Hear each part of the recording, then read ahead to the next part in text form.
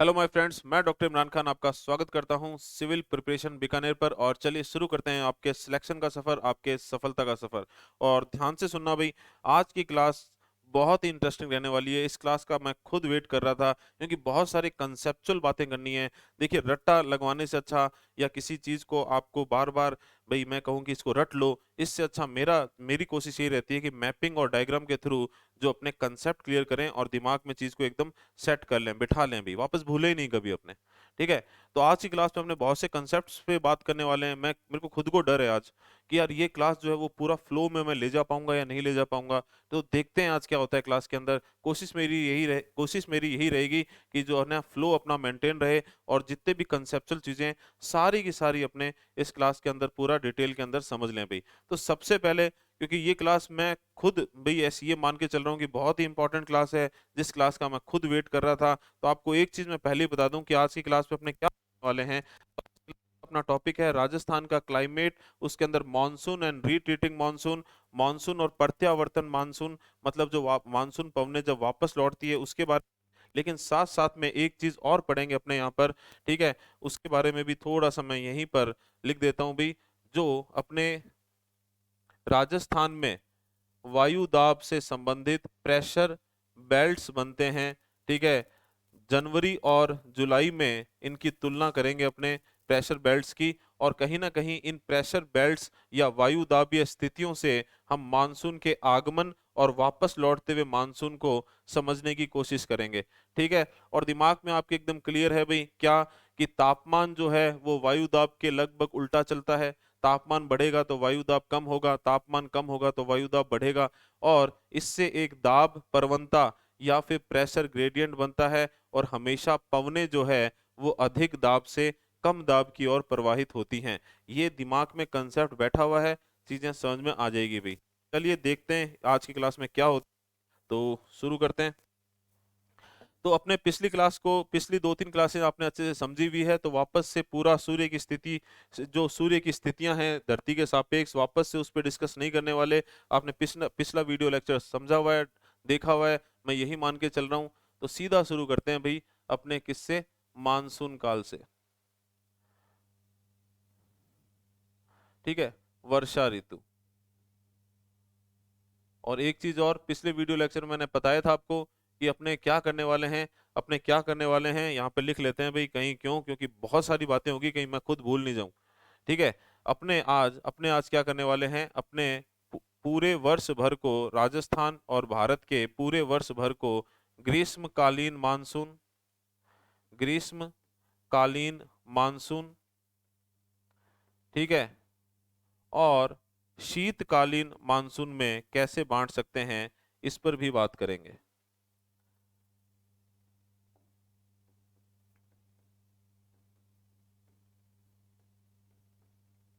ठीक है। तो यहाँ पर अपने ने लिख के छोड़ दिया है भाई, ताकि वापस जब इस पे आए और गलती से मैं ये भूल जाऊं कहीं बताना, डिस्कशन करना, तो यहाँ पर मेरी नजर पड़ जाए और अपने इस चीज को डिस्कस कर ले। चलिए, बिना देर किए हुए, बहुत लंबा रहने वाला है ये।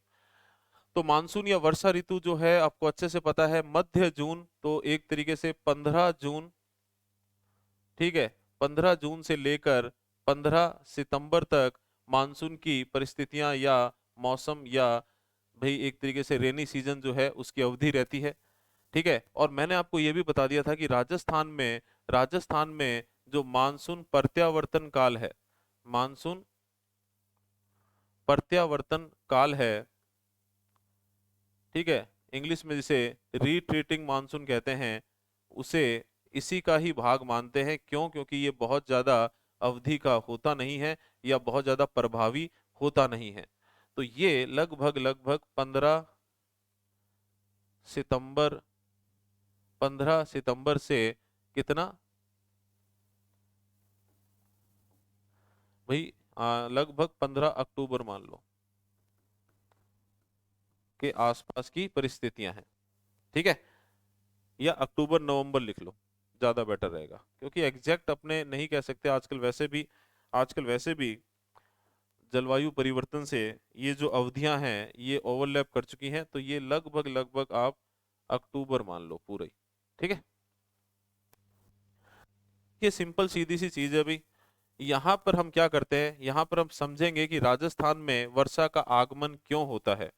तो पहले तो राजस्थान में समझेंगे, फिर अपने एक पूरे भारत का नक्शा बनाकर भारत में क्या समझेंगे, वर्षा का वितरण समझेंगे। क्यों? क्योंकि वर्षा के वितरण को समझने के लिए, राजस्थान के वर्षा के वितरण को समझने के लिए, डिस्ट्रीब्यूशन ऑफ रेनफॉल को समझने के लिए हमें पूरे भारतवर्ष, पूरे इंडिया लेवल पर वर्षा का वितरण समझना पड़ेगा। क्यों समझना पड़ेगा, देखो अभी बात करते हैं। सिंपल सीधी सी चीज है भाई,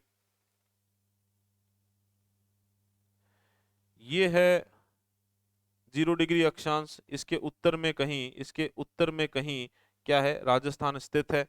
और ये कहीं क्या है, 23.5 डिग्री दक्षिणी अक्षांश, जिसे क्या कहते हैं, मकर रेखा या ट्रॉपिक ऑफ कैप्रिकॉन। ये हो गई भूमध्य रेखा,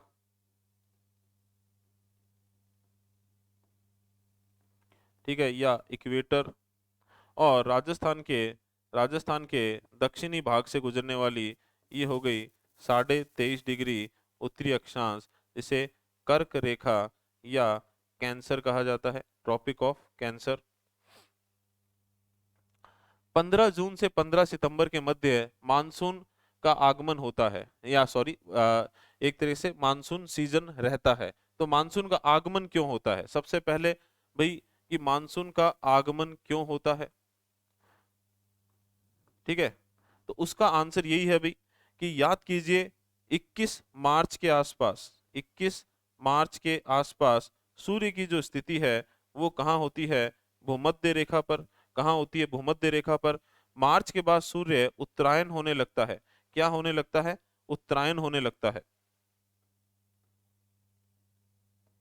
या उसका नॉर्थवर्ड मूवमेंट होता है, या उसका नॉर्थवर्ड मूवमेंट होता है। और 21 जून को सूर्य कहाँ पहुंच जाता है, 21 जून को सूर्य कहाँ पहुंच जाता है, तो भाई कर्क रेखा पर पहुंच जाता है। और राजस्थान या भारत को सूर्य की सर्वाधिक सीधी किरणें प्राप्त होती है। इसी वजह से ये जो राजस्थान वाला क्षेत्र है या इसके आसपास का उत्तर पश्चिमी भारत वाला क्षेत्र है, यहाँ पर अधिक दाब का एक क्षेत्र, सॉरी, अधिक तापमान का क्षेत्र बनता है। यहाँ पर तापमान अधिक हो जाता है, और तापमान के अधिक होने की वजह से यहाँ पर एक बहुत ही न्यून दाब का क्षेत्र बनता है। कैसा, लो प्रेशर का एक एरिया या जोन क्रिएट होता है। क्लियर है। तो उससे क्या होगा, उससे भाई सीधी सिंपल सी बात है, ठीक है। हम भारत के दक्षिण में जाएंगे तो हिंद महासागर की तरफ से सूर्य जो है वो किधर आ गया, भारत के स्थलीय भाग की तरफ। तो इस वजह से हिंद महासागर वाले क्षेत्र में क्या होगा, तापमान जो होगा यहाँ की तुलना में कम, और दाब होगा ज्यादा। तो मानसून की पवनें जो है वो भारत या राजस्थान की ओर आना प्रारंभ कर देगी। और इसी वजह से क्या होगा, मानसून का आगमन होगा। ठीक है, ये सिंपल वर्ड्स में समझा रहा हूं अभी मैं, ठीक है। अब मेरी बात ध्यान से सुनना भाई, यहाँ पर देखिए मानसून प्रत्यावर्तन काल 15 सितंबर। अब आपको अच्छे से पता है अभी 21 जून के बाद सूर्य जो है वापस से दक्षिणायन होने लगता है, वापस से दक्षिणायन होने लगता है, या उसका साउथवर्ड मूवमेंट शुरू हो जाता है। और 22 सितंबर के आसपास 22 सितंबर के आसपास सूर्य जो है वो कहाँ पहुंच जाता है, वापस से भूमध्य रेखा पर। और इसके बाद वापस से और ज्यादा दक्षिणायन होता है, और ज्यादा दक्षिणायन होता है। और उसके बाद सूर्य कहाँ पहुंच जाता है, ठीक है। ये 22 दिसंबर को 22 दिसंबर को सूर्य की स्थिति कहाँ हो गई, अपने मकर रेखा या किस पर, कैप्रिकॉन पर। और सूर्य जो है भारत से जितना ज्यादा दूर हो सकता है, राजस्थान से जितना ज्यादा दूर हो सकता है उतना दूर हो गया। और 22 दिसंबर को सूर्य की सर्वाधिक तिरछी किरणें प्राप्त होगी। तो इसका मतलब सितंबर के बाद जैसे जैसे दिसंबर आने लगता है, ये जो उच्च तापमान का क्षेत्र है, यहाँ पर तापमान जो है वो कम होने लगता है। यहाँ तापमान क्या है, कम होने लगता है, ठीक है। और कब, दिसंबर में, सॉरी, सितंबर से दिसंबर के बीच में,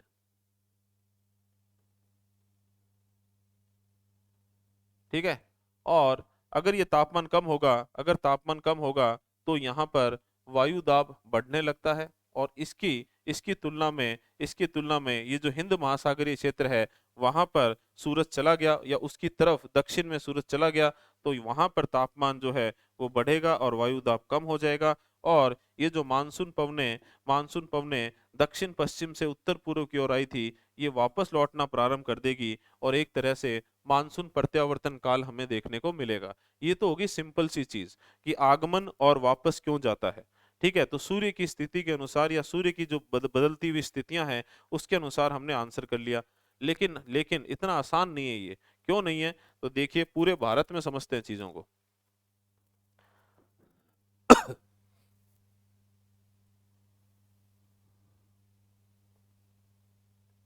तो अब अपने क्या करेंगे, भारत का नक्शा बनाएंगे।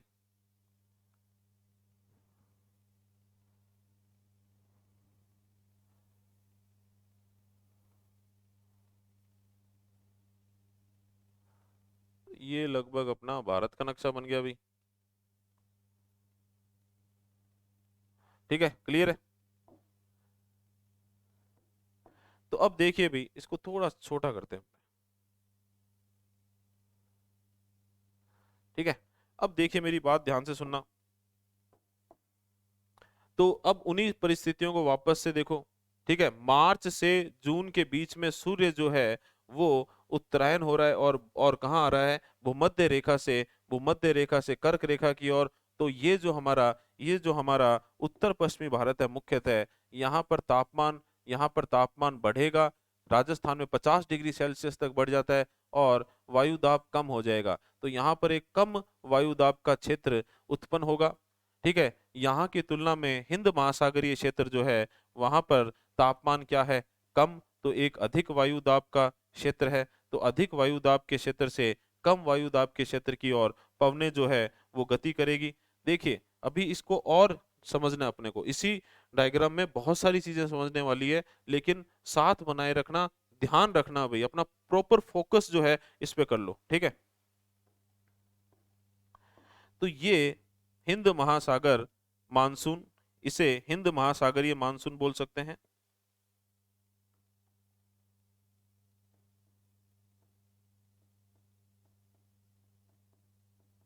हिंद महासागरीय मानसून,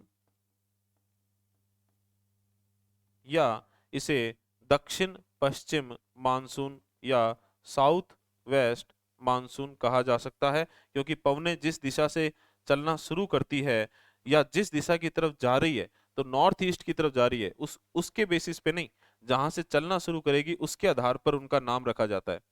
ये दक्षिण पश्चिम मानसून जो है भारत की तरफ बढ़ेगा। लेकिन ये जो हमारा प्रायद्वीपीय भारत है, ये कैसा है? तो भाई ये त्रिकोणात्मक है। तो ये जब त्रिकोणात्मक है, ठीक है, तो उस वजह से यहाँ पर दक्षिण पश्चिम मानसून दो शाखाओं में बंट जाएगा। किसमें बंट जाएगा? दो शाखाओं में बंट जाएगा।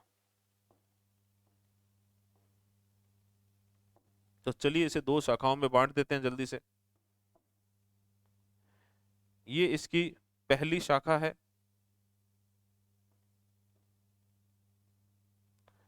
अरब सागर की शाखा। ठीक है ना भाई, यहाँ पे अरब सागर है तो ये अरब सागर शाखा। और ये कौन सी शाखा हो जाएगी? ये हो जाएगी बंगाल की खाड़ी की शाखा।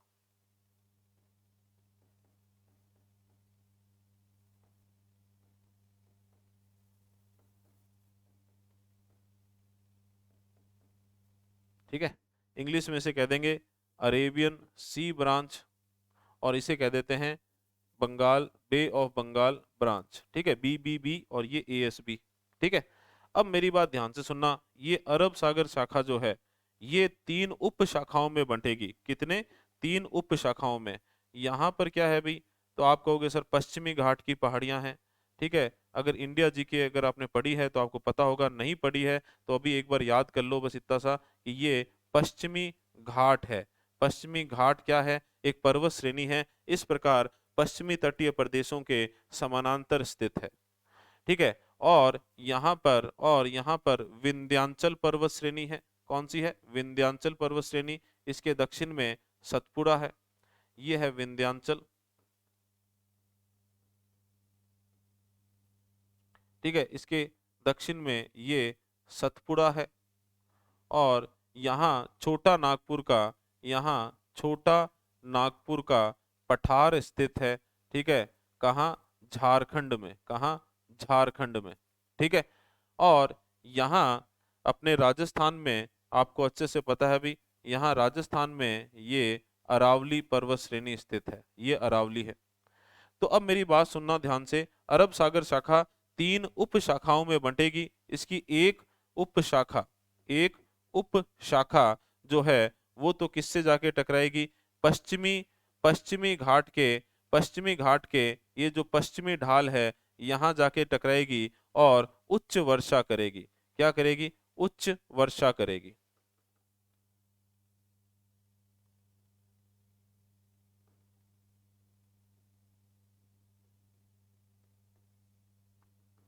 यहाँ दिखेगा नहीं आपको, चलो यहाँ लिख देते हैं भाई, उच्च वर्षा करेगी। ठीक है, क्योंकि पश्चिमी घाट के पूर्व की तरफ ये विपरीत साइड आ गई, इसीलिए दक्षिण भारत में यहाँ कम वर्षा होती है। क्यों होती है? क्योंकि ये क्या हो गया? इसका वृष्टि छाया क्षेत्र हो गया। क्या हो गया? वृष्टि छाया क्षेत्र हो गया। ठीक है, वृष्टि छाया क्षेत्र को अपने यहाँ देख लेना भी, इंग्लिश मीडियम के बच्चों, रेन शेडो एरिया कहते हैं। ठीक है, किसी भी पहाड़ से एक तरफ से बादल या मानसून पवनें आके टकराती हैं, तो उसके उसके जिस साइड में टकराई है वहां तो ज्यादा वर्षा होती है, विपरीत की तरफ कम वर्षा होती है, उसे वृष्टि छाया क्षेत्र कहते हैं, रेन शेडो एरिया कहते हैं। अब इसकी जो दूसरी उपशाखा है, दूसरी उपशाखा जो है वो यहाँ से विंध्याचल और सतपुरा जो है उनके ठीक ऊपर से, क्योंकि ये लगभग इसके समानांतर है, लेकिन यहाँ पर नर्मदा और ताप्ती नदियां मिलती है, आर्द्रता अधिक है, तो वर्षा कराती हुई कहाँ तक पहुंचेगी? छोटा नागपुर के पठार तक पहुंचेगी। ठीक है, ये दूसरी उपशाखा है। अब मेरी बात ध्यान से सुनना, इसकी जो तीसरी उपशाखा है वो वही गुजरात से होती हुई, ये जो तीसरी उपशाखा है, ठीक है, ये कहां से? गुजरात से होती हुई राजस्थान पहुंचेगी। लेकिन राजस्थान के दक्षिणी भाग, और दक्षिणी भाग भी कहाँ? बांसवाड़ा। ठीक है, इसीलिए एक सिंपल सी चीज है, मैंने आपसे क्वेश्चन पूछा हुआ भी अभी कि ये जो हमारा राजस्थान है वो समुद्र से कितना दूर है, अब तक आपने आंसर दिया नहीं है, तो आंसर जरूर दे देना कमेंट सेक्शन में। तो एक बात ध्यान रखना, अरब सागर और बंगाल की खाड़ी में अरब सागर हमारे पास में है, इसलिए ये पहले पहुंचता है, और बांसवाड़ा से होके पहुंचती है अरब सागर की शाखा की तीसरी उपशाखा। इसीलिए इसीलिए भाई एक चीज याद कर लेना कि बांसवाड़ा को, ठीक है, राजस्थान का मानसून का प्रवेश द्वार कहा जाता है। ठीक है, झालावाड़ को नहीं, किसको? बांसवाड़ा को। लेकिन ये जो अरब सागर की शाखा है, ये इसकी ये जो राजस्थान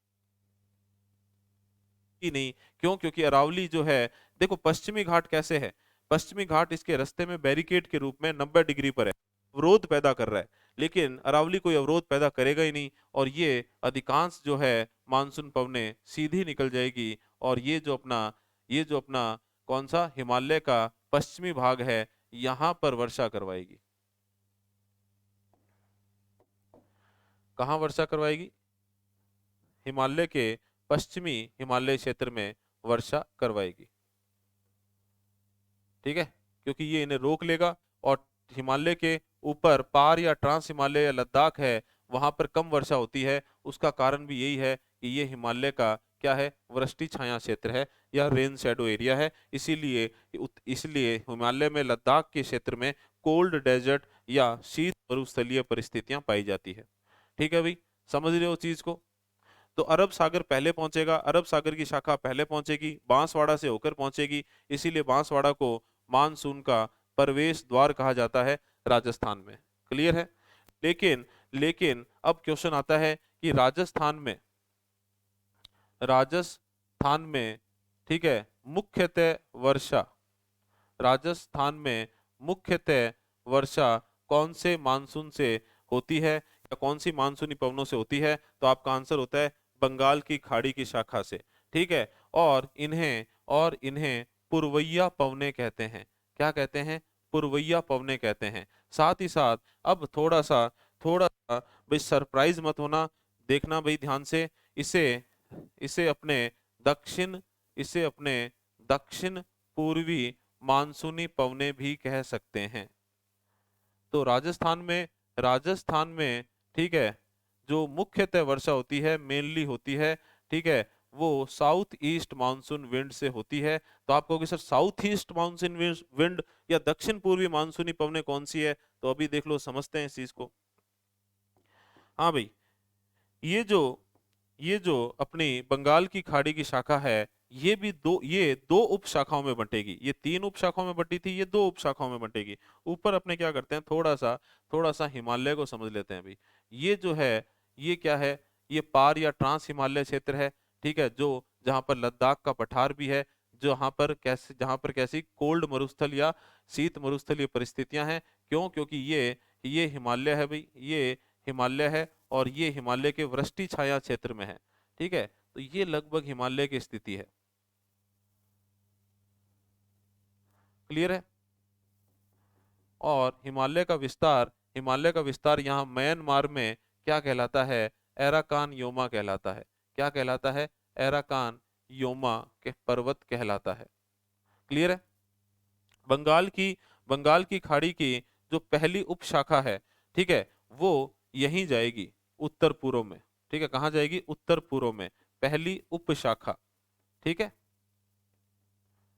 और ये हिमालय जो है इसे रोक लेगा, एराकान योमा इधर नहीं जाने देगा। किधर भाई? एक तरीके से उत्तर पूर्व में, और हिमालय इसे ज्यादा उत्तर में नहीं जाने देगा। तो ये किधर मुड़ जाएगी? उत्तर पूर्वी राज्यों में मुड़ जाएगी, और यहाँ पर हैवी रेनफॉल या भारी वर्षा करवाएगी। और आपको अच्छे से पता है भाई, यहाँ पर मेघालय है। यहाँ पर क्या है? मेघालय है।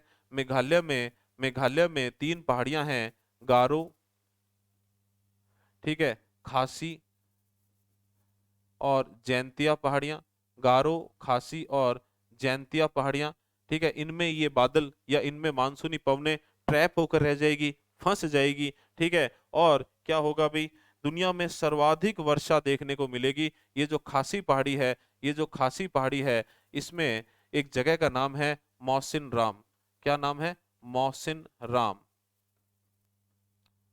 ठीक है, पहले चेरापूंजी, इसी के पास में चेरापूंजी है।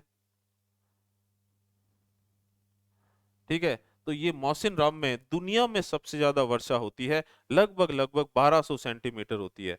अपने भी इसको इससे अंदाजा लगाओ कि अपने जैसलमेर में 10 साल में जितनी वर्षा होती है, मौसिन राम में एक दिन में उतनी वर्षा होती है। तो सोच लो वहां पर कितनी बारिश होती है। फिर आप कहोगे कि सर ये पूर्व से पश्चिम आते आते तो सारे जज्बात ही बदल गए, हालात बदल गए। बिल्कुल भाई, ऐसा ही होता है। यहाँ तक आते आते 10 से 12 सेंटीमीटर वर्षा रह जाती है, और यहाँ पर कितनी? 1200 सेंटीमीटर। और यहाँ राजस्थान में जैसलमेर की साइड में 10 से 12 सेंटीमीटर, और वो अपना जो फलोदी है वहां तो सिर्फ 5 सेंटीमीटर। ठीक है भाई, तो चलिए आगे बढ़ते हैं, क्योंकि इसको अपने को राजस्थान की तरफ भी तो लाना है।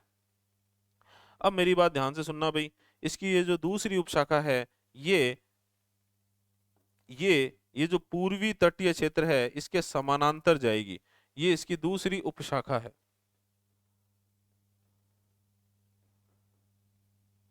ये ओडिशा के तटीय क्षेत्रों के निकट पहुंचेगी, तो इसे ये जो कम दाब का क्षेत्र बना है उत्तर पश्चिमी भारत में, ये अपनी ओर आकर्षित करेगा, और ये इस तरफ चलना प्रारंभ कर देगी।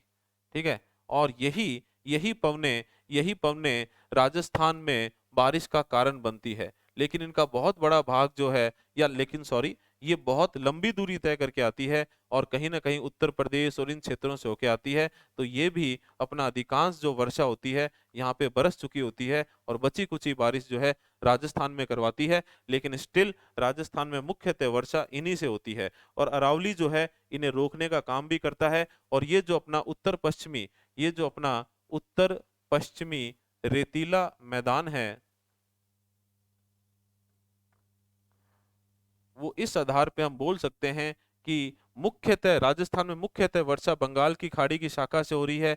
जो अब देखो भाई, अब इनके अब इनकी गति की दिशा देखो, इनका मूवमेंट ध्यान से देखो। अब इनका मूवमेंट जो है वो साउथ ईस्ट से किधर हो रहा है, नॉर्थ वेस्ट की तरफ, इसीलिए इनको पूर्वैया, ठीक है, पूर्व से आने वाली या दक्षिण पूर्वी मानसूनी पवनें कहा जाता है। क्लियर है, बात समझ में आ गई आपके?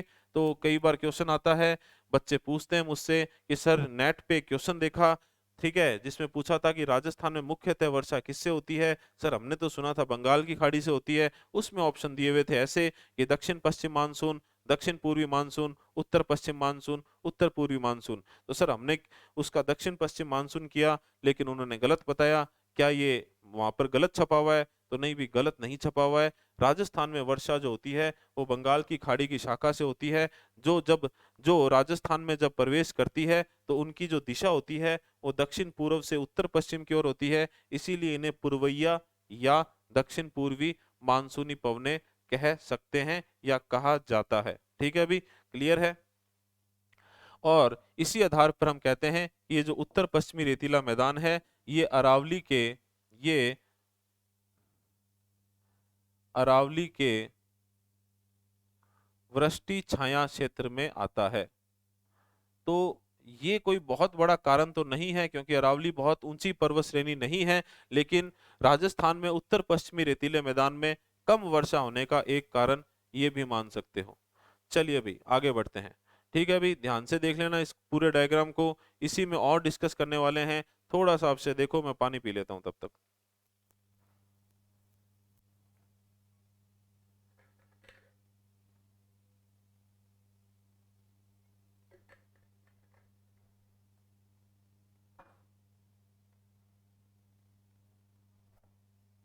चलिए अभी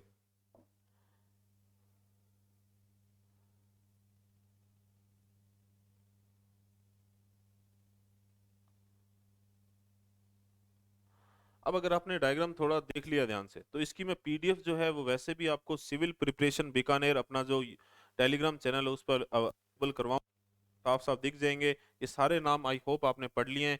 डायग्राम मैंने छोटा क्यों किया है, तो भाई अब देखिए वापस से क्वेश्चन आपसे और पूछता हूं कि भारत में भारत में आने वाली मानसूनी पवनें, ठीक है, वास्तव में वास्तव में ठीक है, कौन सी पवनें होती है?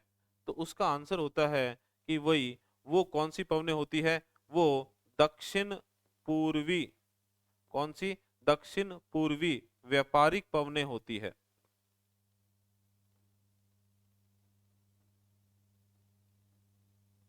ठीक है, या मैं कहूं साउथ ईस्ट ट्रेड विंड्स होती हैं। अब आप कहोगे सर ये क्या नई चीज लेकर आ गए आप? ठीक है, तो भाई अब मेरी बात ध्यान से सुनना कि पूरी पृथ्वी पर तीन तरह के विंड सिस्टम या पवनें चलती है, जिसमें से पहली है स्थायी पवनें, ठीक है, दूसरी कौन सी है? सीजनल या मौसमी पवनें।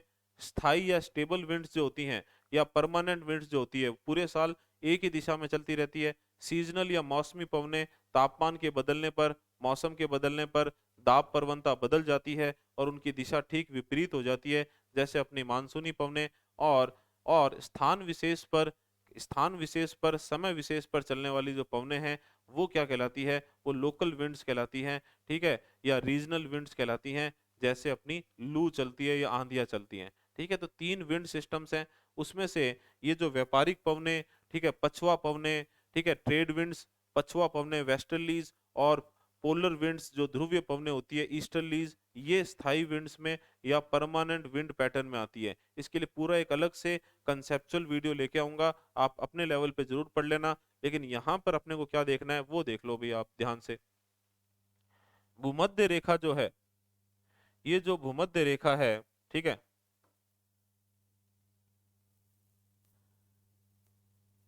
अब क्या करने वाले हैं, इसके ऊपर 5 डिग्री, ठीक है, और इसके ऊपर मतलब उत्तर में, और इसके दक्षिण में 5 डिग्री, ये 5 डिग्री नॉर्थ, ये 5 डिग्री साउथ, ये जो पूरा क्षेत्र है, ये पूरा क्षेत्र क्या कहलाता है?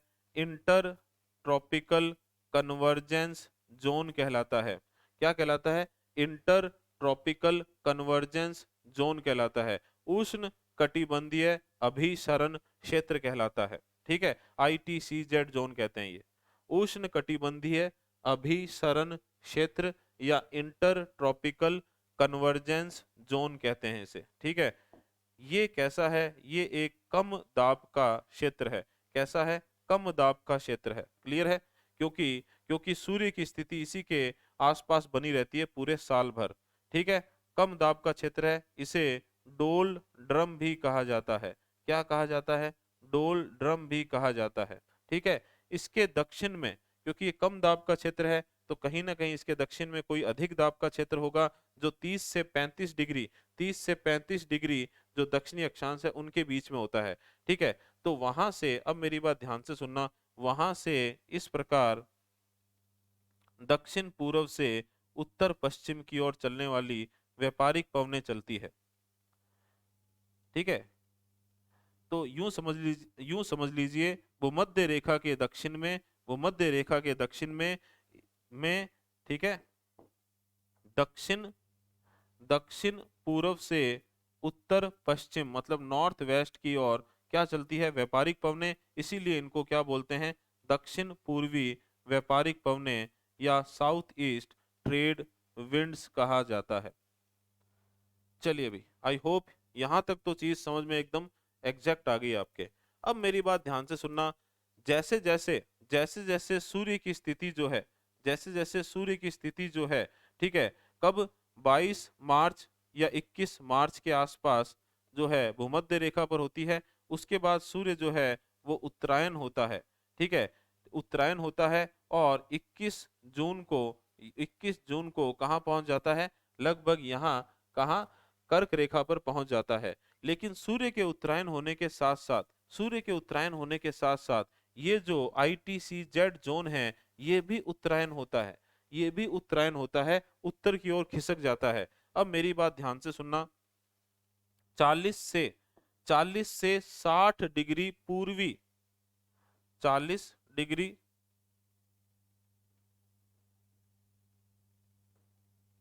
40 डिग्री पूर्वी अक्षांश से लेकर 60 डिग्री पूर्वी अक्षांश के मध्य ये जो ITCZ जोन है, इसकी स्थिति जो है वो लगभग लगभग, ठीक है, यहाँ कर्क रेखा के बराबर कहीं पहुंच जाती है। तो ये मतलब इस केवल इस क्षेत्र में बहुत ज्यादा उत्तर में इसका खिसकाव देखने को मिलता है। तो ये यहाँ 40 से 60 डिग्री के बीच वाली ये जो साउथ ईस्ट ट्रेड विंड्स हैं, ये भी इसके साथ साथ ऊपर की ओर उठेगी, तो एक तरीके से भूमध्य रेखा के उत्तर में प्रवाहित होना शुरू हो जाएगी। तो ये साउथ ईस्ट ट्रेड विंड्स जो है ये मार्च से जून के बीच में सूर्य के उत्तरायण होने के साथ साथ, ठीक है, इस ITCZ जोन की जो परिस्थितियां हैं उनका भी उत्तर में खिसकाव होगा। तो ये साउथ ईस्ट ट्रेड विंड्स या दक्षिण पूर्वी व्यापारिक पवनें भी भूमध्य रेखा को पार करके, ठीक है, भूमध्य रेखा को पार करके किधर बहना शुरू करेगी? भूमध्य रेखा के उत्तर में आ जाएगी। ठीक है भाई, और यही पवनें, ठीक है, इस उत्तर पश्चिमी भारत के कम दाब के क्षेत्र की तरफ आकर्षित होकर आकर्षित होकर सॉरी हिंद महासागरीय मानसून के रूप में भारत की ओर बढ़ना शुरू करेगी। ठीक है, और यही हिंद महासागरीय मानसून या साउथ वेस्ट मानसून, क्योंकि अब इनकी दिशा साउथ वेस्ट से, तो यही यही यही साउथ ईस्ट ट्रेड विंड्स जो हैं वो साउथ वेस्ट मानसून के रूप में, ठीक है, भारत की ओर बढ़ना शुरू करेगी और यहाँ दो शाखाओं में बंटेगी और उसमें से बंगाल की खाड़ी की शाखा वापस से साउथ ईस्ट मानसून के रूप में राजस्थान की ओर जाएगी। तो ये जिग जैग क्या बन गया? पैटर्न बन गया। जिग जैग कैसे? पहले ये साउथ ईस्ट से नॉर्थ वेस्ट की ओर जा रही है, फिर ये ऐसे मुड़ेगी तो ये साउथ वेस्ट से नॉर्थ ईस्ट की ओर जा रही है। पहले साउथ ईस्ट से नॉर्थ वेस्ट की ओर, अब साउथ वेस्ट से नॉर्थ ईस्ट की ओर, और अब यहाँ पर, केवल यहाँ पर जो राजस्थान में आनी है वो वापस से साउथ ईस्ट से नॉर्थ वेस्ट की ओर। ठीक है भाई, तो ये zig sorry zigzag pattern बन गया। और भारत में आने वाली भा, भारत में आने वाली मानसून पवनें भारत में आने वाली मानसूनी पवनें वास्तव में कौन सी पवनें होती है? साउथ ईस्ट ट्रेड विंड्स होती हैं, जो कि भूमध्य रेखा को पार कर जाती हैं। ठीक है, इसीलिए बहुत बड़े स्तर पर ये सागरीय क्षेत्र के ऊपर प्रवाहित होती है, तो इनमें आर्द्रता बहुत ज्यादा होती है। और यही पवनें भारत में साउथ वेस्ट या दक्षिण पश्चिमी मानसूनी पवनों के रूप में आती हैं। और इन्हीं की बंगाल की खाड़ी की शाखा जो है, उसकी दूसरी उपशाखा वो राजस्थान की तरफ आती है। ठीक है, तो ये पूरा एक जिग जैग पैटर्न बनता है। ठीक है, ये समझ लेना भाई। तो क्वेश्चन क्या बनेगा? राजस्थान में मुख्यतः वर्षा किससे होती है? तो आपका आंसर होगा पूर्वैया पवनों से, दक्षिण पूर्वी मानसूनी पवनों से, या बंगाल की खाड़ी की शाखा से। ठीक है, अगला क्वेश्चन क्या बनेगा? भारत में आने वाली मानसूनी पवनें वास्तव में कौन सी पवनें हैं? तो आप कहोगे sir south east trade winds हैं। अब अपने इसे छोटा सा डायग्राम और बनाते हैं। ठीक है, ये है साउथ ईस्ट ट्रेड विंड्स। ठीक है, और यही भारत की तरफ आती है किस रूप में? साउथ वेस्ट मॉनसून विंड्स के रूप में। हिंदी में कहेंगे दक्षिण पूर्वी व्यापारिक पवनें। ठीक है, इनको क्या कहेंगे? दक्षिण पश्चिमी मानसून। ठीक है, यही आगे चलकर दो शाखाओं में बंटेगा। ये कौन सी है? अरब सागर ब्रांच या अरेबियन सी ब्रांच या अरब सागर शाखा।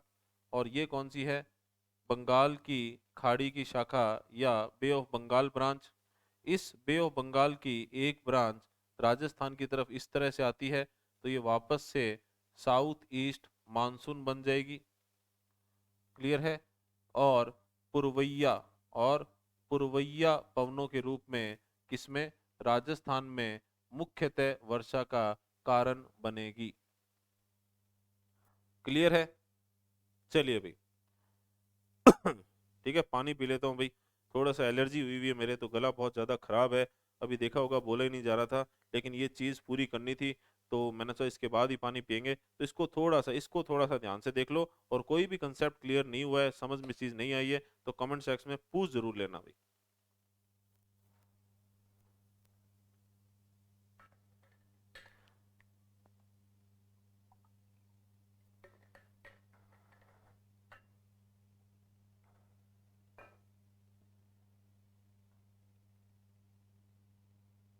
चलें भाई, आगे बढ़े हम। तो अब देख लेना, यही साउथ ईस्ट ट्रेड विंड्स जो है वो भूमध्य रेखा को पार कर जाती हैं। ठीक है, किसके बीच में? 40 डिग्री पूर्वी अक्षांश से 60 डिग्री पूर्वी अक्षांश के बीच में, और भारत की तरफ आकर्षित होती है, और भारत की तरफ हिंद महासागरीय या दक्षिण पश्चिम मानसून के रूप में आगे बढ़ती है। दो शाखाओं में बंट जाती है। इसमें से अरब सागर शाखा की तीसरी उप शाखा राजस्थान में पहले पहुंचती है, बांसवाड़ा से। इसीलिए बांसवाड़ा को मानसून का प्रवेश द्वार कहा जाता है। लेकिन अरावली इनके रास्ते में कोई अवरोध पैदा नहीं करता, इसीलिए ये सीधी निकल जाती है और पश्चिमी हिमालय क्षेत्र में जाकर बारिश करती है। और बंगाल की खाड़ी की शाखा दो उपशाखाओं में बंटती है। इसमें से ये जो दूसरी उपशाखा है, ये पूर्वी तटीय क्षेत्र के लगभग समांतर बहती हुई राजस्थान की ओर आकर्षित होती है, और दक्षिण पूर्वी मानसूनी पवनों के रूप में या पुरवैया पवनों के रूप में राजस्थान में जाकर मुख्यतः वर्षा का कारण बनती है। और क्योंकि अरावली इनके रास्ते में 90 डिग्री पर है, इसीलिए अरावली के पश्चिम में उत्तर पश्चिमी रेतीला मैदान जो है वो अरावली की वृष्टि छाया क्षेत्र में आता है, और वहां पर वर्षा कम होने का एक कारण ये भी है। क्लियर है सारी चीजें? चलिए आगे बढ़ेंगे। अब एक चीज और, यहीं पर इंडिया जीके का क्वेश्चन बता रहा हूं, आपसे पूछ लेते हैं कि भाई दक्षिण पश्चिम मानसून जो है वो भारत के दक्षिण की तरफ से आता है, तो भारत का सबसे दक्षिणी बिंदु तो अंडमान एंड निकोबार का ग्रेट निकोबार द्वीप है, तो वो इससे पहले क्यों नहीं टकराता, केरल को प्रवेश द्वार क्यों कहा जाता है। तो अब आप समझ गए होंगे ये सारी घटना जो है वो 40 डिग्री पूर्वी अक्षांश से 60 डिग्री पूर्वी अक्षांश के बीच में घटित होती है। मतलब यहाँ पर अगर अपने भारत का अक्षांशीय अक्षांशीय विस्तार या देशांतरीय विस्तार या अपने लॉन्गिट्यूडनल एक्सटेंशन अगर देखेंगे तो आपको अच्छे से पता है 68 degree 7 minute 68 degree 7 minute eastern longitude से कितना है भाई, कितना है 57 डिग्री 25 मिनट 97 डिग्री 25 मिनट। ठीक है, तो अब सीधा सा हिसाब है भाई, इसी वजह से यहाँ पर ये सारा घटनाक्रम हो रहा है, यहाँ पर ये सारा घटनाक्रम हो रहा है और यहीं पर ये पवने कहाँ मुड़ रही है, दक्षिण पश्चिम से उत्तर पूर्व की ओर। इसीलिए केरल से पहले टकराएगी, ना कि अंडमान एंड निकोबार से। ठीक है, चलिए ये पैटर्न ध्यान में रखना भाई।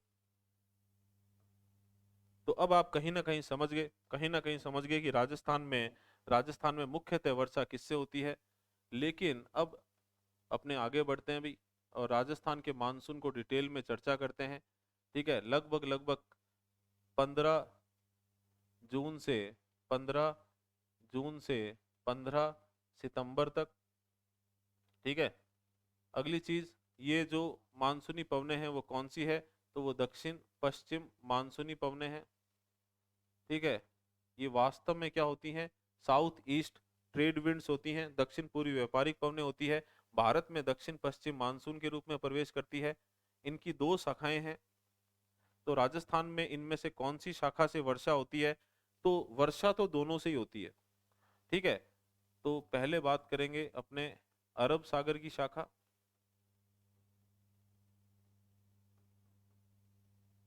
ठीक है, और दूसरी शाखा कौन सी है, बंगाल की खाड़ी।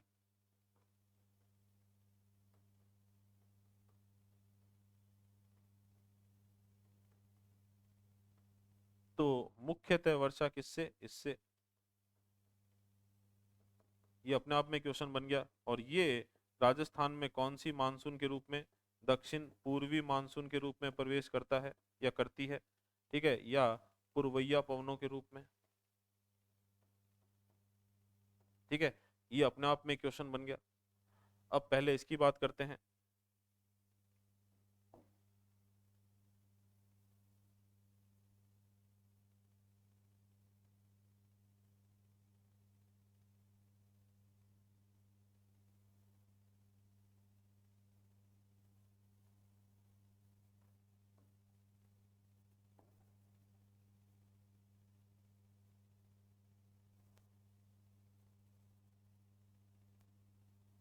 ठीक है, इसकी बात कर लेते हैं। और अपने को पता है यहाँ पर माउंट आबू क्षेत्र है,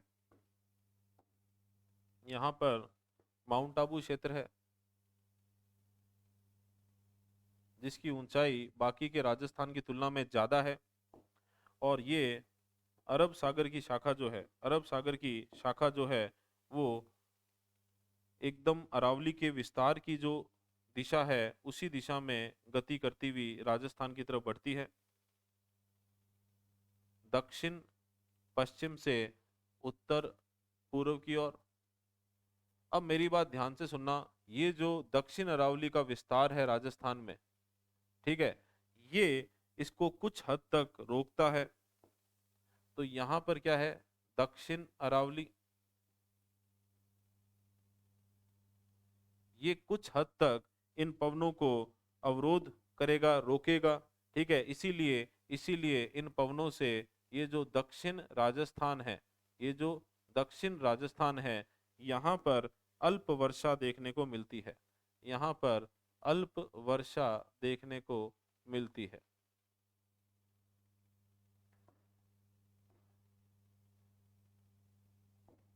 ठीक है, तो यहाँ पर लिख दो कि दक्षिण राजस्थान में अल्प वर्षा। ठीक है, और क्योंकि ये सबसे पहले बांसवाड़ा से प्रवेश करती है, इसीलिए ये क्या हो गया, मानसून का मानसून का प्रवेश द्वार।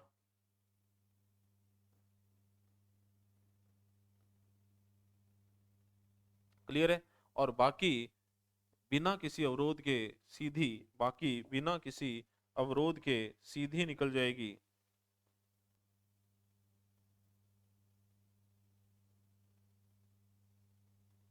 ठीक है, इसीलिए शेष राजस्थान में ना के बराबर, ना के बराबर वर्षा करवाएगी।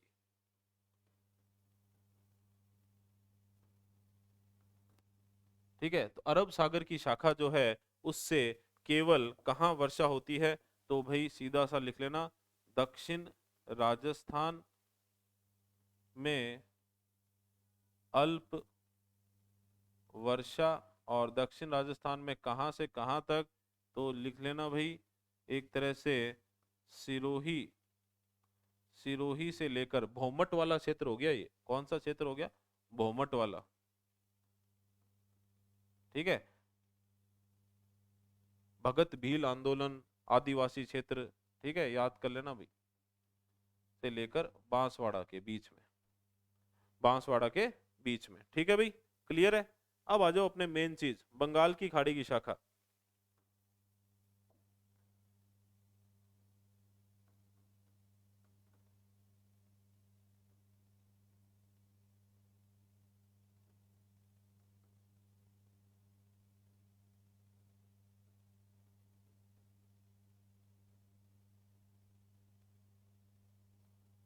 चलिए भाई, बंगाल की खाड़ी की शाखा। अब इसमें पहला पॉइंट तो ये बनता है वापस से दक्षिण पूर्वी मानसून के रूप में। ठीक है, या इन्हें क्या कहते हैं, पुरवैया कहते हैं। इन्हीं से ही वर्षा का वितरण, वर्षा का वितरण राजस्थान में निर्धारित होता है। इसी आधार पर हम कहते हैं क्या, कि राजस्थान में दक्षिण पूर्व से, ठीक है, उत्तर पश्चिम की ओर जाने पर वर्षा की मात्रा कम होती चली जाती है। क्लियर है। तो अब इसे डायग्रामेटिकली मैपिंग के थ्रू समझ लें।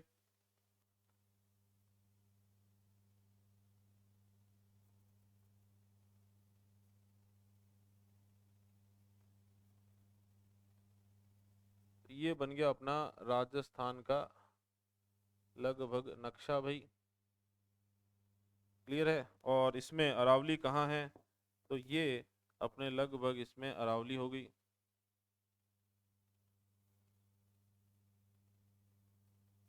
ठीक है, ये अपने अरावली होगी।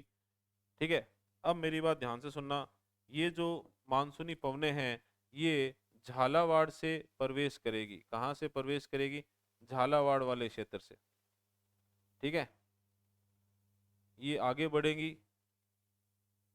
ठीक है, और ये जो है, ये अरावली की पूर्वी सीमा है या पूर्वी ढाल है। ठीक है, और ये अरावली की पश्चिमी सीमा मान लो या पश्चिमी ढाल मान लो। ठीक है, जैसे जैसे आगे बढ़ेगी इनकी मात्रा, वर्षा की मात्रा कम होती चली जाएगी।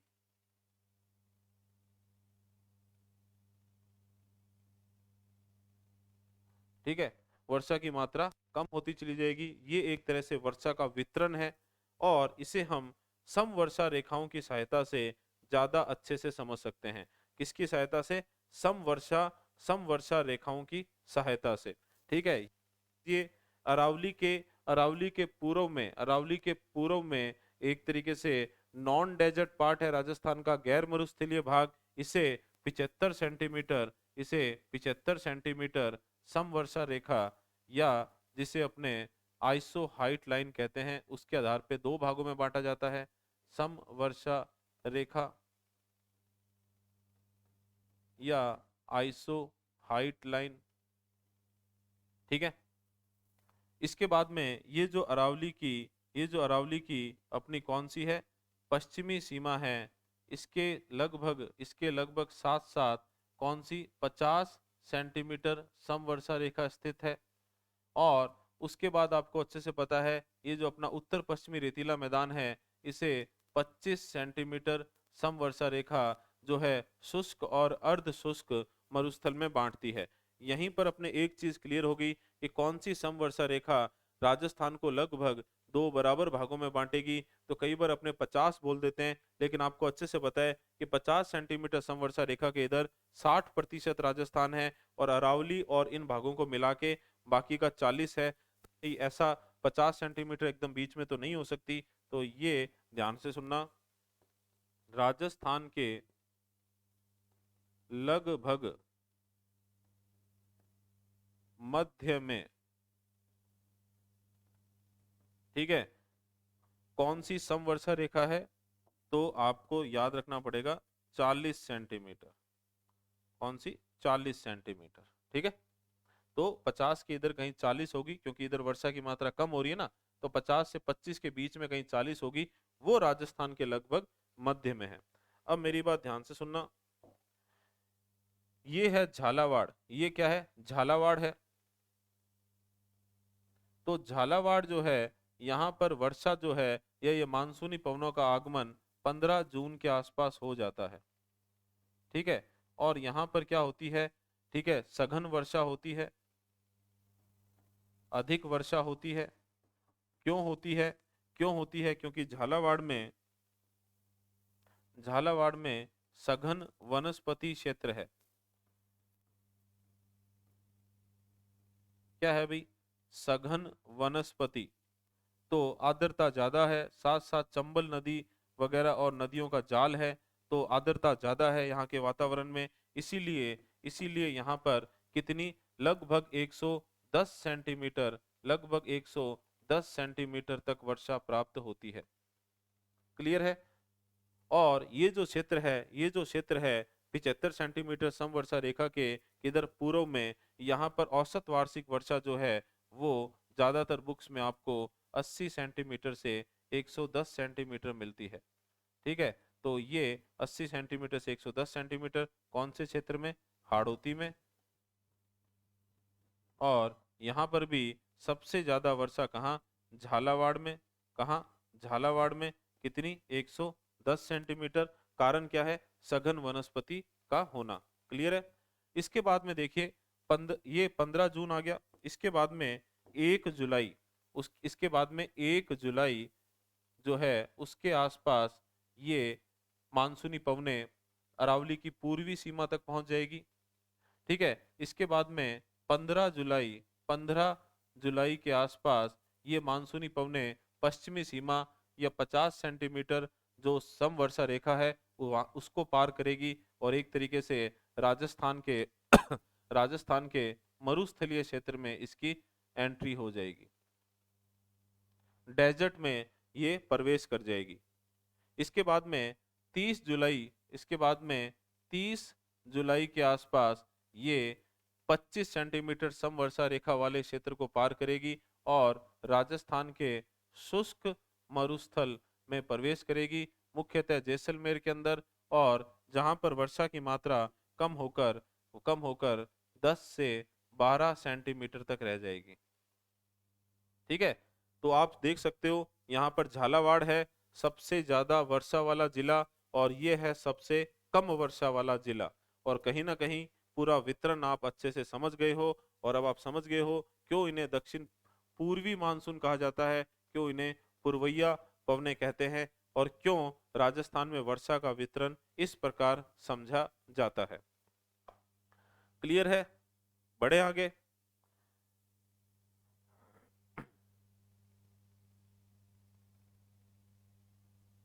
तो इसी को अपने छोटा करके ऊपर कर दिया, क्यों? क्योंकि यहीं पर अपना पॉइंट लिख लो भाई। क्या पॉइंट? राजस्थान में, राजस्थान में, ठीक है भाई, सर्वाधिक, राजस्थान में सर्वाधिक वर्षा, तो सर्वाधिक वर्षा वाला जिला और सर्वाधिक वर्षा वाला स्थान दोनों अलग अलग होंगे, ठीक है। जिला कौन सा? जिला है झालावाड़, ठीक है। और झालावाड़ में कितनी वर्षा? 110 सेंटीमीटर, याद कर लेना, ठीक है। स्थान है माउंट आबू, ठीक है। कितनी? 150 सेंटीमीटर। तो अब भाई झालावाड़ में कारण क्या है ज्यादा वर्षा होने का? सघन वनस्पति, तो इसलिए समझ गए भी पेड़ पौधे क्यों जरूरी है। लेकिन माउंट आबू में ज्यादा वर्षा का कारण क्या है? तो भाई सीधा सिंपल सा पता है, माउंट आबू में कोई भी आपको ऐसी चीज मिले जो बाकी के राजस्थान से इसको जो जलवायु की दृष्टि से अलग करती है, तो उसका सीधा सिंपल सा कारण है, क्या है भाई? ऊंचाई।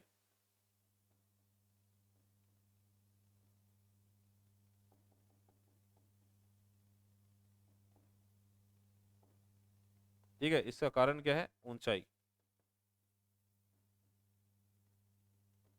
चलिए भाई, अब आ जाओ राजस्थान में न्यूनतम वर्षा। राजस्थान में न्यूनतम वर्षा, तो न्यूनतम वर्षा वाला जिला और न्यूनतम वर्षा वाला स्थान तो देख लेते हैं जल्दी से। जिला तो कौन सा होगा? जैसलमेर, जहां पर वर्षा की मात्रा 10 से 12 सेंटीमीटर तक रह जाती है। कारण क्या है इसका? मरुस्थलीय क्षेत्र, और भी बहुत सारे कारण हैं। ठीक है, ये उत्तर पश्चिमी क्षेत्र में है।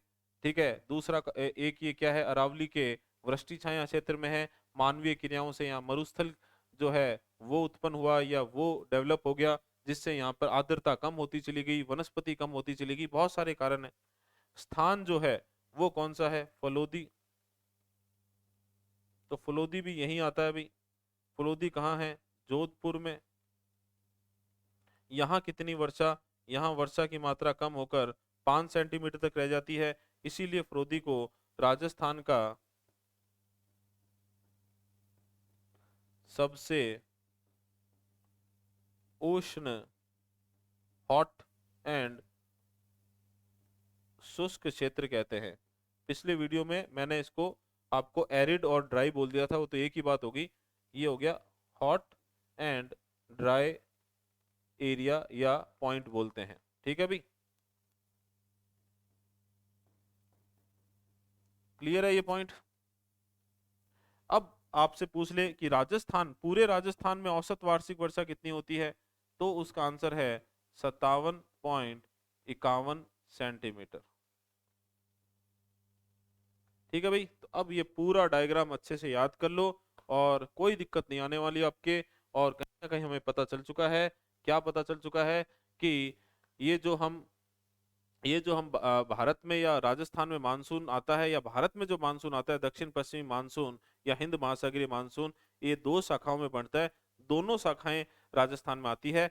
अरब सागरीय शाखा से राजस्थान में कोई कोई कोई खास बारिश होती नहीं, लेकिन दक्षिणी राजस्थान में अल्प वर्षा है, क्योंकि ये बांसवाड़ा से प्रवेश करती है, क्योंकि ये राजस्थान में पहले आती है, इसलिए बांसवाड़ा को राजस्थान में मानसून का प्रवेश द्वार कहते हैं। और इससे भौमट क्षेत्र में के बांसवाड़ा के बीच में अल्प वर्षा होती है। बंगाल की खाड़ी की शाखा से मुख्यतः वर्षा होती है। ये दक्षिण पूर्वी मानसून के रूप में राजस्थान में प्रवेश करता है, या पूर्वैया पवनों के रूप में राजस्थान में प्रवेश करता है। ठीक है, और बाकी ये सारा डायग्राम आपको सारी कहानी बता देगा। तो आप ये सारे पॉइंट अच्छे से समझ चुके हो, तो मैं थोड़ा साइड हो रहा हूँ भी, आराम से इसका स्क्रीनशॉट लेना चाहो तो ले लो, और फिर बढ़ेंगे अपने आगे। और ये कुछ एक्स्ट्रा पॉइंट अपने थे वो भी कर लिए। इसी इसी के अंदर अपने क्या करते हैं, एक चीज कहते हैं झालावाड़, क्योंकि झालावाड़ से संबंधित है तो यही कर लो। झालावाड़ जो है उसमें सबसे ज्यादा वज्र तूफान आते हैं। वज्र तूफान, ठीक है, इन्हें थंडर स्टॉर्म्स भी कहते हैं। थंडर स्टॉर्म्स भी कहते हैं। ठीक है भाई, अभी साल या 2 साल पहले घटना हुई थी। ठीक है, अगर आपको याद हो कि आमेर या जयगढ़ में लोग जो है वो एक बुर्ज पे चढ़े हुए थे, आमेर की घटना है शायद। ठीक है, और उस पे बिजली गिरी थी और काफी लोग मारे गए थे भी। तो तेज बिजली गिरने के साथ, तेज बिजली गिरने के साथ जो वर्षा होती है उसे वज्र तूफान या थंडर स्टॉर्म्स कहते हैं भाई। क्लियर है? अच्छा, ये क्यों होती है? तो जैसे भाई अब सिंपल सीधी सी बात है, ये जो मानसूनी पवनें राजस्थान की तरफ आ रही है, उस समय राजस्थान में मई जून में आंधियों का मौसम है, गर्म हवाएं, तो गर्म हवाएं ऊपर जा रही होती है, मानसूनी हवाएं ठंडी होती है, ये थोड़ी नीचे की तरफ आ रही होती है। तो ऊपर जाती हुई पवनें और नीचे जाती हुई पवनों में घर्षण होता है। क्या होता है? घर्षण होता है। तो इस वजह से तेज बिजली कड़कने के साथ वर्षा होती है, जिसे थंडर स्टॉर्म्स या वज्र तूफान कहते हैं। राजस्थान में सबसे ज्यादा थंडर स्टॉर्म्स जो है वो झालावाड़ में देखने को मिलते हैं, लगभग साल में 45 दिन। इसके बाद जयपुर में देखने को मिलते हैं, लगभग 42 दिन। ठीक है भाई। सबसे कम कहाँ इसमें इंपॉर्टेंट नहीं है, वो आंधियों में था, अपने ने कर लिया था कि सब सर्वाधिक आंधियां कहाँ, गंगानगर में 27 दिन, और सबसे कम आंधियां कहाँ, झालावाड़ में 2 दिन। लेकिन वज्र तूफान थंडर स्टॉर्म सबसे ज्यादा कहाँ, झालावाड़ में 45 दिन। क्लियर है। चलिए भाई अब इसे वापस से देख लो एक बार।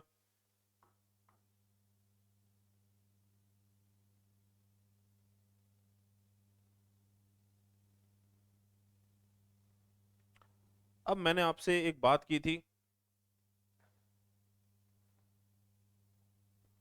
कि अपने प्रेशर बेल्ट्स भी देखेंगे।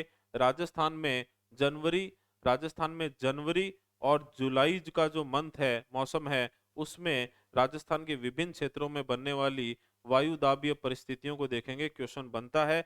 और इसी से कहीं ना कहीं अपने मानसून के आगमन और मानसून के वापस लौटने को भी समझ सकते हैं। कैसे? तो चलिए। हाँ भाई, एकदम नया टॉपिक है और आजकल क्वेश्चन आ सकता है, तो समझ लेना भाई। राजस्थान में वायु दाब क्षेत्र,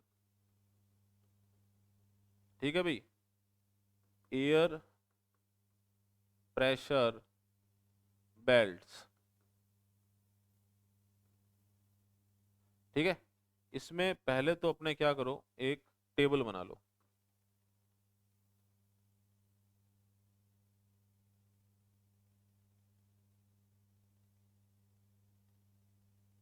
ठीक है।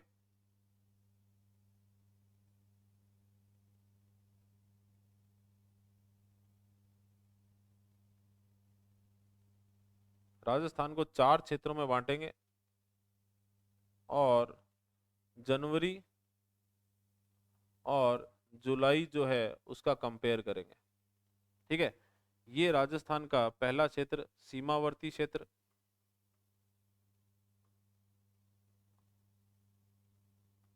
ठीक है। इसके बाद में जैसलमेर, बीकानेर और चूरू, ठीक है। इसके बाद में दक्षिण और दक्षिण और दक्षिण पूर्वी राजस्थान, और इन दोनों के बीच में आ जाएगा शेष राजस्थान। ठीक है। अब आप कहोगे सर समझ नहीं आया, कोई बात नहीं, डायग्राम से समझ लेते हैं। डायग्राम में तो आ जाएगा।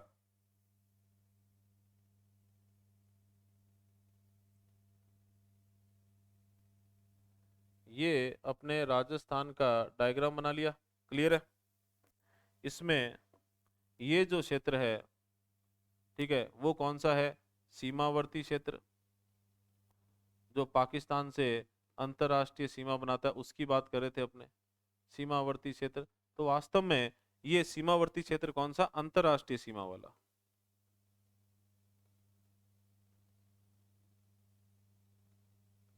क्लियर है।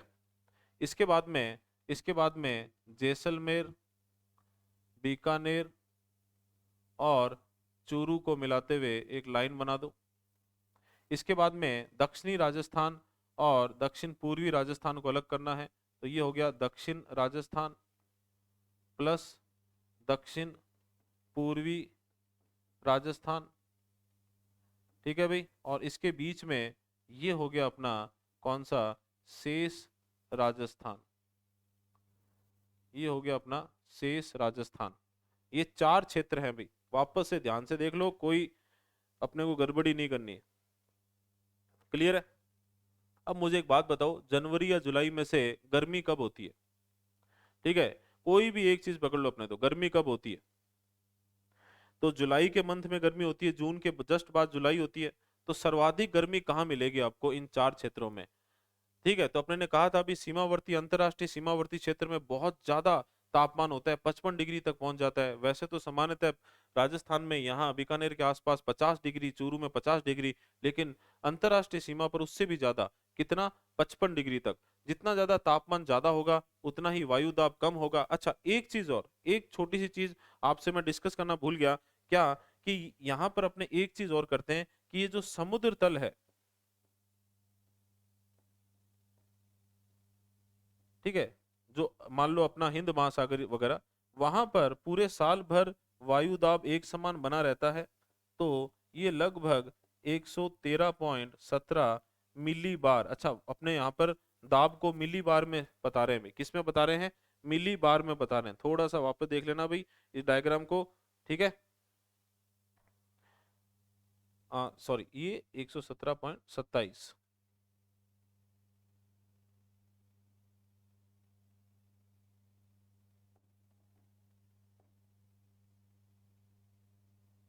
ठीक है, 27 कर लेना, ठीक है। हाँ, अब अपने जुलाई में ज्यादा गर्मी पड़ेगी, जून के आसपास, ठीक है। तो कहाँ सबसे ज्यादा गर्मी पड़ेगी, सीमावर्ती क्षेत्र में। तापमान जितना ज्यादा होगा वायु दाब उतना ही कम होगा। तो यहाँ पर जुलाई के मौसम में, यहाँ पर जुलाई के मौसम में जो वायु दाबीय स्थितियां होती है वो इस प्रकार होती है कि यहाँ पर है 997 MB, कितनी, 997 MB, ठीक है। थोड़ा सा अपने इधर आएंगे राजस्थान में, तो तापमान यहाँ की तुलना में क्या हो जाएगा, कम होगा, तो वायु दाब हल्का सा बढ़ जाएगा, क्योंकि तापमान के उल्टा चलता है। तो ये हो गया 998 MB। और इधर आएंगे तापमान थोड़ा और कम होगा, वायु दाब और बढ़ जाएगा, ये हो जाएगा 999 MB। और आएंगे इधर तो यहाँ तक पहुंचते पहुंचते तापमान जो है वो और कम होगा और वायु दाब थोड़ा बढ़ेगा, तो ये हो जाएगा 1000 MB। तो अब इसमें लिख दो भाई 997 MB। आप तो याद कर लो कि सबसे ज्यादा तापमान जुलाई में यहाँ होगा, तो 997 एक रट लो कि वायु दाब यहाँ 997 है। तो अपने को एक एक करके बढ़ाते चले जाना है, 998 MB, 999 MB, ठीक है, और 1000 MB, ठीक है। अब मेरी बात ध्यान से सुनना, इन्हीं चारों क्षेत्रों में तुलना करेंगे तो सबसे ज्यादा सर्दी कहाँ होती है, वो भी अंतरराष्ट्रीय सीमा पर होती है, अखबारों में आता है भाई। तो सबसे कम सबसे कम वायुदाबीय स्थिति कहाँ होगी, तो सबसे कम वायुदाबीय स्थिति सर्दियों में यहाँ कहाँ होगी, इसी क्षेत्र में होगी। कितनी होगी, तो भाई यहाँ पर थोड़ा सा अपने को रटना पड़ेगा, कितनी होगी, तो 1021, कोई दूसरा कलर चूज करते हैं, 1021। तो सर्दियों में जो सबसे कम वायुदाब, सर्दियों में सॉरी, सबसे कम तापमान यहाँ होगा तो सबसे अधिक वायुदाब यहाँ होगा। तो सर्दियों में सबसे अधिक वायुदाबीय स्थिति बनेगी, वो यहाँ बनेगी, कितनी, 1021 MB। और अब हम जैसे जैसे इधर आएंगे तापमान बढ़ेगा तो वायुदाब कम होगा, ठीक है। तो यहाँ 1021 MB, तो सर्दियों में जनवरी के मौसम में यहाँ पर वायुदाब कितना, 1020 MB।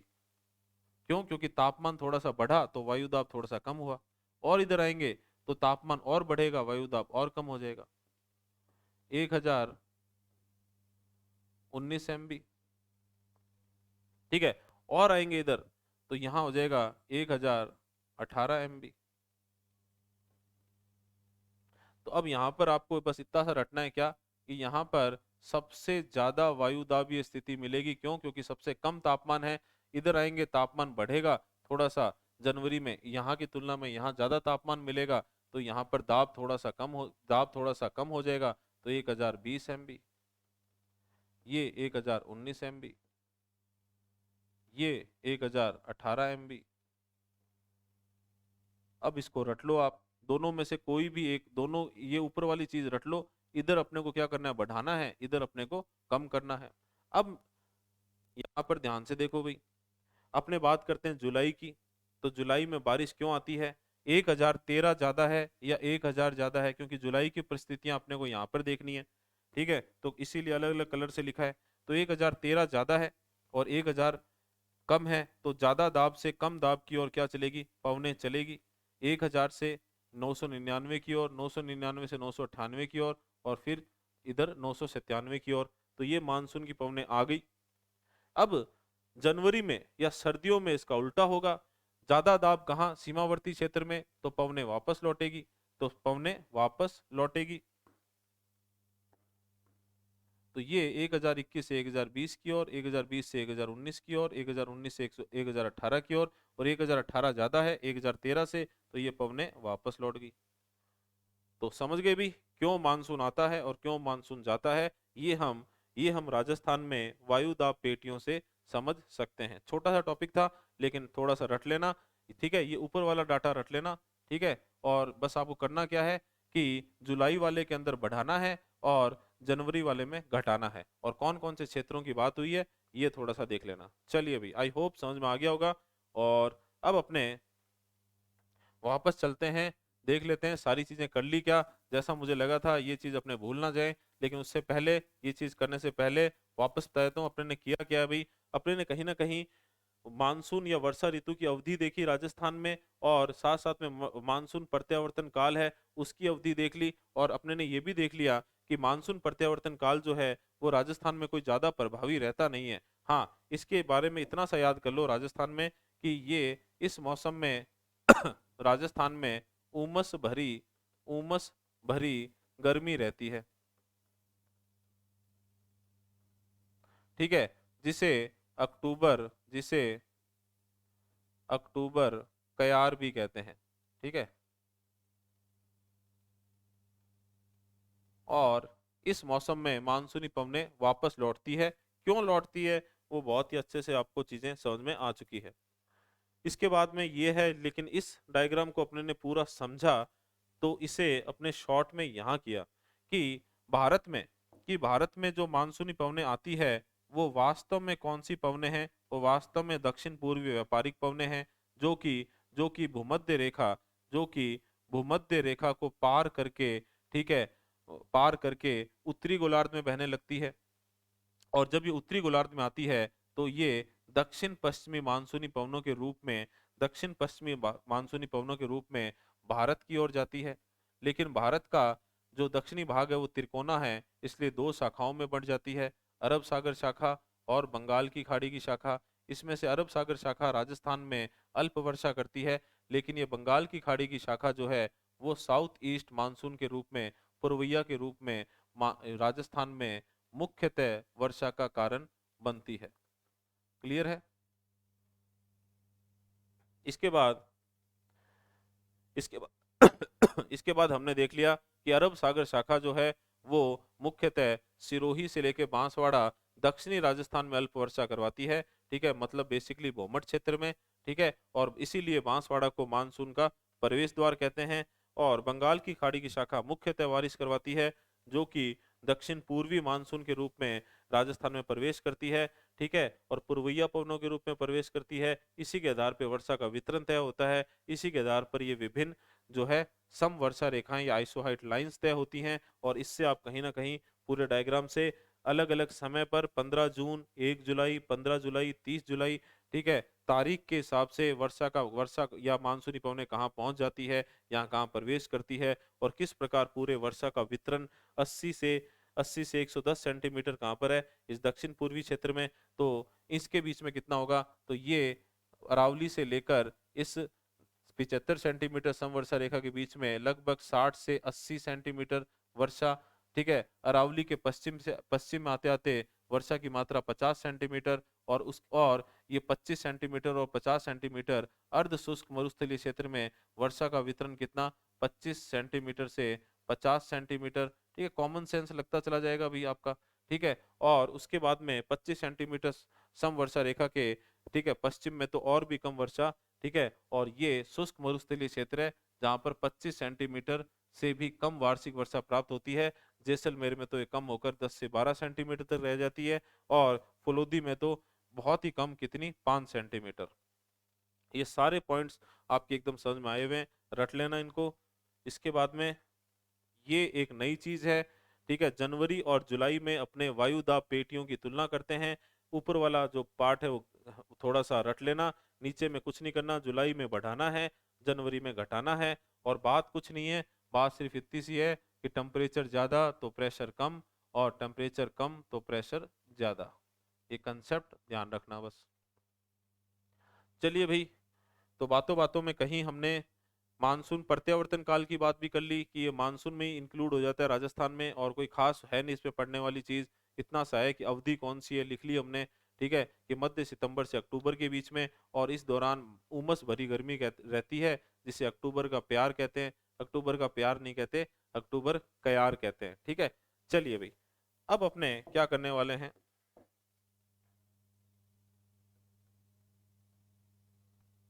भारत में जो वर्ष भर का समय है उसे हम दो भागों में बांट सकते हैं, ठीक है। एक तो ग्रीष्म कालीन मानसून,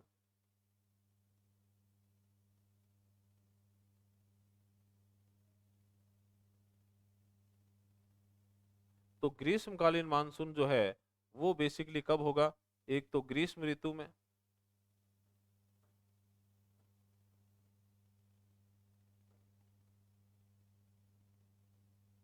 और एक ग्रीष्म ऋतु के बाद कौन सी आती है, मानसून ऋतु, ठीक है। ग्रीष्म ऋतु का समय भारत में क्या रहता है, या राजस्थान में भी क्या रहता है, मध्य मार्च से मध्य जून, और ये है मध्य जून से मध्य सितंबर, ठीक है। और दूसरा मानसून जो है वो कौन सा है, वो है शीतकालीन मानसून।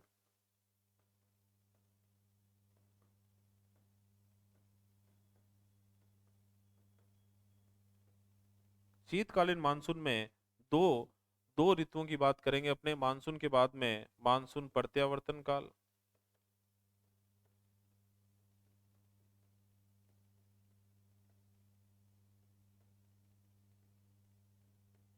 ठीक है। और इसके बाद में शीतकाल या शीत ऋतु, ठीक है। अवधि देख लेते हैं, मानसून प्रत्यावर्तन काल की अवधि क्या है, मध्य मध्य सितंबर से लगभग अक्टूबर नवंबर तक,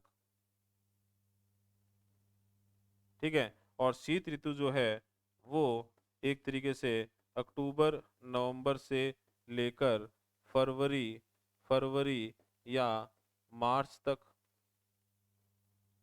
ठीक है। अब इसी में एक कंसेप्ट लगा लो, क्या लगा लो, क्योंकि आपने सारी चीजें अच्छे से समझी हुई है। तो ये वो कालखंड है जिसमें जिसमें भाई सूर्य की जो स्थिति है वो किस प्रकार रहती है, ठीक है।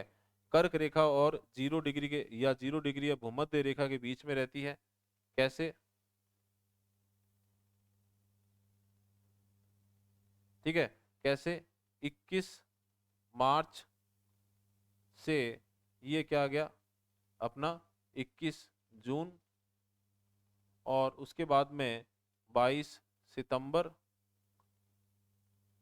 तो अब मेरी बात ध्यान से सुनना भाई, ये ग्रीष्मकालीन मानसून कब रहता है, मध्य मार्च से मध्य जून। तो मतलब एक तरीके से सूर्य कहाँ हो रहा है, उत्तरायण हो रहा है, ठीक है। किधर, भूमध्य रेखा से कर्क रेखा की ओर, ठीक है, इक्वेटर से कैंसर की ओर। और मध्य जून से मध्य सितंबर मतलब सूर्य वापस जा रहा है, दक्षिणायन हो रहा है। कुल मिला के कहने की बात यह है कि ये कालखंड कौन सा है, साल के वो 6 महीने हैं जब सूर्य जो है वो उत्तरी गोलार्ध में होता है, नॉर्दर्न हेमिस्फेयर में होता है, ठीक है, समझ गए। और अब आपको अच्छे से पता है, बाकी बात आपके दिमाग में ऑटोमेटिकली आ चुकी है कि भाई अब सर कहेंगे कि ये मकर रेखा है दक्षिण में, ठीक है। और मध्य सितंबर से एक तरीके से 22 दिसंबर की ओर, दिसंबर की तरफ जाएंगे तो सूर्य जो है वो भूमध्य रेखा से मकर रेखा की ओर जाएगा, दक्षिणायन होगा, ठीक है। और इसके बाद में मध्य 22 दिसंबर से वापस 21 मार्च की ओर सूर्य जो है वो भूमध्य रेखा की ओर उत्तरायण होगा। मोटा मोटा कहने की बात यह है कि ये शीतकालीन मानसून जो है ये वो कालखंड है जिसमें सूर्य की स्थिति जो है वो दक्षिणी गोलार्ध में रहती है।